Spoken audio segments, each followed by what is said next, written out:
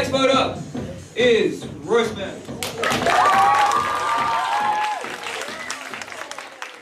My name is Royce, and my poem is titled White Boy Privilege.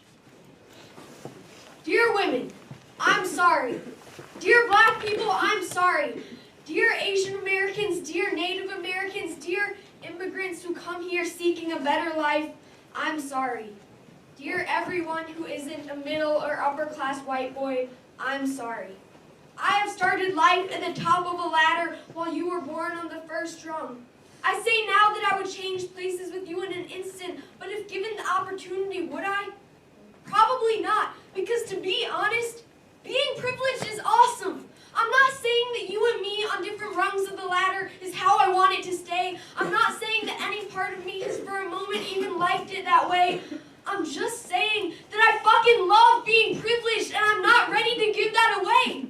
I love it because I can say fucking and not one of you is attributing that to the fact that everyone with my skin color has a dirty mouth. I love it because I don't have to spend an hour every morning putting on makeup to meet other people's standards. I love it because I can worry about what kind of food is on my plate instead of whether or not there will be food on my plate. I love it because when I see a police officer, I see someone who's on my side. To be honest, I'm scared of what it would be like if I wasn't on the top rung, if the tables were turned and I didn't have my white boy privilege safety blanket to protect me.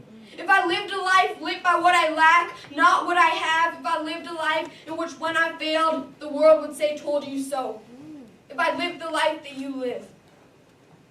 When I was born, I had a success story already written for me. You were given a pen and no paper. I've always felt that that's unfair, but I've never dared to speak up because I've been too scared. Well, now I realize that there's enough blankie to be shared. Everyone should have the privileges that I have. In fact, they should be rights instead. Everyone's story should be written, so all they have to do is get it read. Enough said.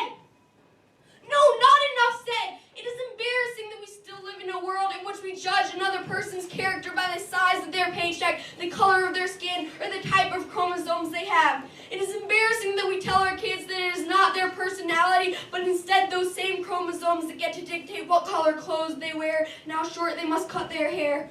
But most of all, it is embarrassing that we deny this, that we claim to live in an equal country in an equal world. We say that women can vote. Well, guess what? They can run a country, own a company, and throw a nasty curveball as well. We just don't give them the chance to. I know it wasn't us 8th grade white boys who created this system, but we profit from it every day. We don't notice these privileges, though, because they don't come in the form of things we gain, but rather the lack of injustices that we endure. Because of my gender, I can watch any sport on TV and feel like that could be me one day. Because of my race, I can eat at a fancy restaurant without the waitstaff expecting me to steal the silverware. Thanks to my parents' salary, I go to a school that brings my dreams closer instead of pushing them away. Dear white boys, I'm not sorry. I don't care if you think the feminists are taking over the world or the Black Lives Matter movement has gotten a little too strong, because that's bullshit.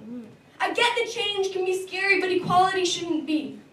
Hey, white boys, it's time to act like a woman, to be strong and make a difference. It's time to let go of that fear. It's time to take that ladder and turn it into a bridge.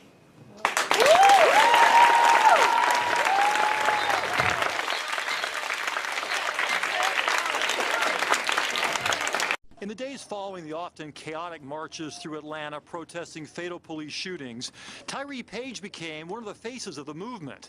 He was part of the group that met with Atlanta Mayor Kasim Reed to demand changes in police training and tactics.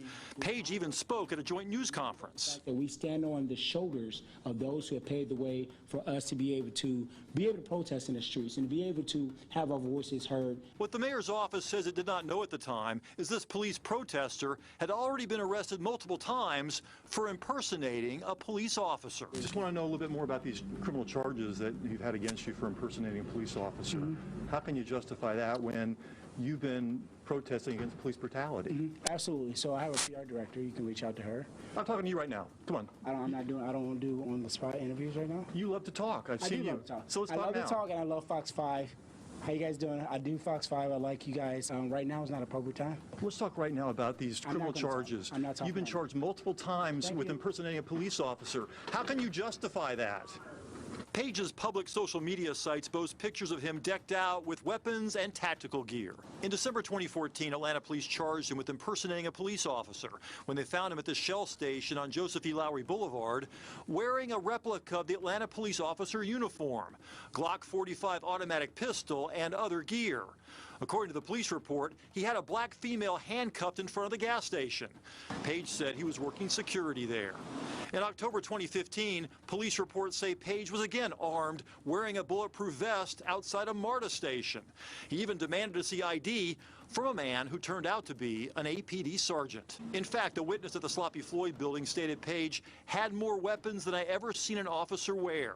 He ultimately was allowed to clear all 3 counts by pleading guilty to lesser charges of obstruction and carrying a weapon in an unauthorized location.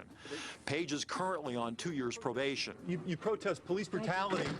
If you want to be a cop, why don't you just apply to one of these places?